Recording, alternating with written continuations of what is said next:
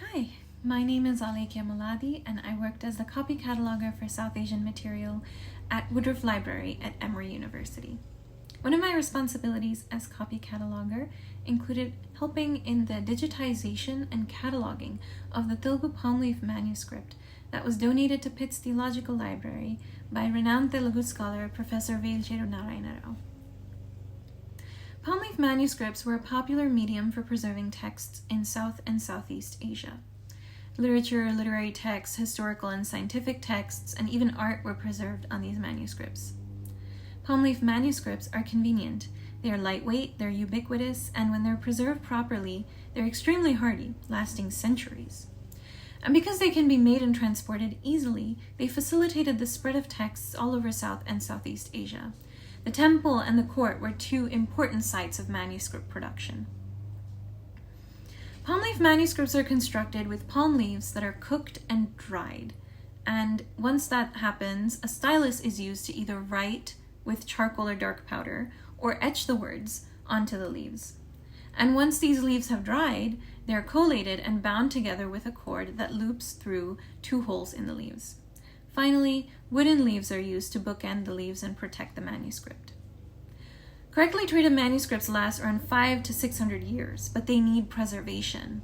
In South Asia, the hot and humid climate, worms and insects have consistently destroyed or damaged manuscripts over the years, so archivists today take care to preserve manuscripts in climate-controlled areas to prevent damage. The manuscript currently in special collections at Pitt's Theological Library is an 18th century manuscript of the 5th book of the Mahabharata, the Udyoga Parva, which translates to the Book of Effort. Composed in Telugu, a vernacular language that's spoken in Southeast India, this text is one of many retellings of the Sanskrit epic, the Mahabharata.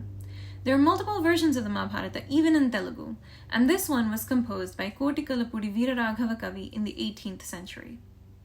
Because this manuscript is etched instead of written, to read the manuscript, the reader would traditionally sprinkle a dark powder, which would fill the grooves of the words, making the words visible. But today, because this manuscript has been digitized with high resolution, it's possible to read the text through the photos. Working with this manuscript was a great experience for me, as I learned how to read palm leaf manuscripts. For example, I learned how to orient the leaf, where to find the pagination, and which direction to read. Also, the Telugu script of manuscripts is a little bit different from the Telugu script you might find in books today, so I got to familiarize myself with some of the script variations. Palm leaf manuscripts are also incredibly delicate, so I was relieved that I learned how to handle the manuscript and how to flip through the leaves. A few months after working with this manuscript, I went to conduct archival fieldwork in India, and I found that I could appropriately handle manuscripts with care. While creating the catalog for this manuscript, we depended on the information given to us by the donor, Professor Velcheru Narayana Rao. We also combed through the leaves carefully. Telugu poems tend to open with an avatarika or introduction, in which the poet will identify themselves, their patron, and explain that they're writing a certain poem or text. This information is vital to a catalog, so the first few leaves were especially helpful in obtaining details such as the author or what section of the Mahabharata he was writing.